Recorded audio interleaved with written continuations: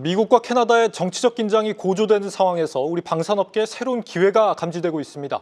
한국 방산 대표단이 현지에서 극비리에 무기를 제안했다는 현지 보도가 나오면서 관련주들이 들썩이고 있는데 마켓 딥다이브 최민정 기자가 상황을 알아봤습니다.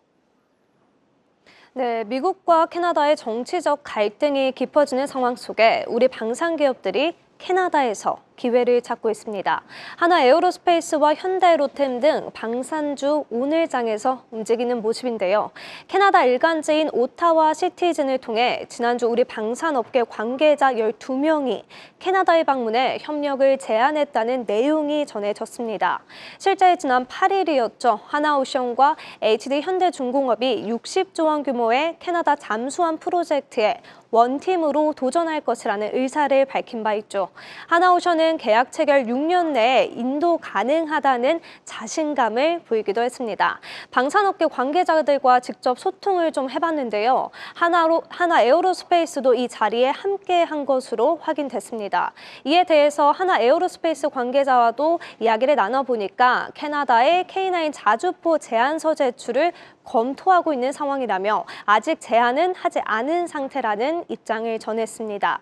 캐나다 사절전에는 한국항공우주도 함께했으며 현대로템과 LRG 넥스원은 동행하지 않은 것으로 파악이 됐습니다.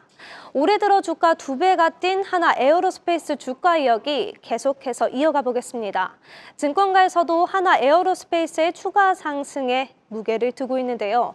특히 지상 방산 수출의 높은 수주 마진에 주목을 합니다.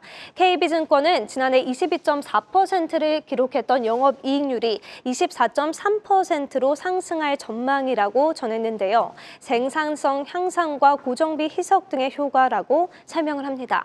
목표 주가도 83만 원으로 높여 잡았습니다. 다른 증권사들도 눈높이를 높였는데요. BNK 투자증권이 돋보입니다. 100만 원까지 높였죠. 현재 주가와 비교를 해서 40% 더 오를 수 있다고 분석을 합니다.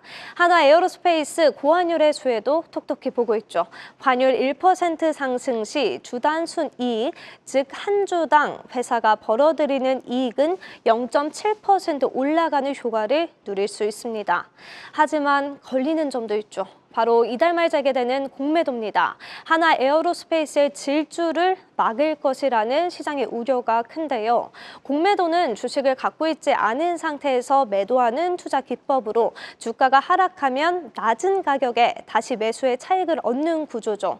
해석을 해보면 주로 주가가 하락할 수 있는 고평가된 종목이 타깃이 됩니다.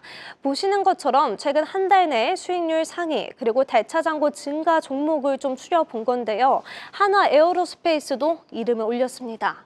하지만 업계에서는 하나 에어로스페이스에 대해 단기적으로 공매도 타깃이 될 수 있지만 오래가지 않을 것이라고 봅니다. 그 배경에는 탄탄한 실적이 있습니다. 시장에서는 올해 하나 에어로스페이스 매출과 영업이익 25.5조, 약 3조 원으로 바라보고 있습니다. 전년 대비 영업이익이 70% 가까이 늘 것이라고 보는 거죠.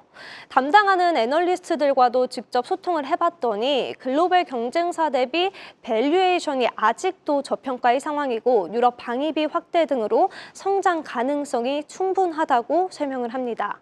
공매도 전면 재개가 오는 31일 이루어지는 가운데 하나 에어로스페이스의 질주가 멈추지 않을지 지켜볼 필요가 있습니다. 지금까지 마켓 딥다이브였습니다.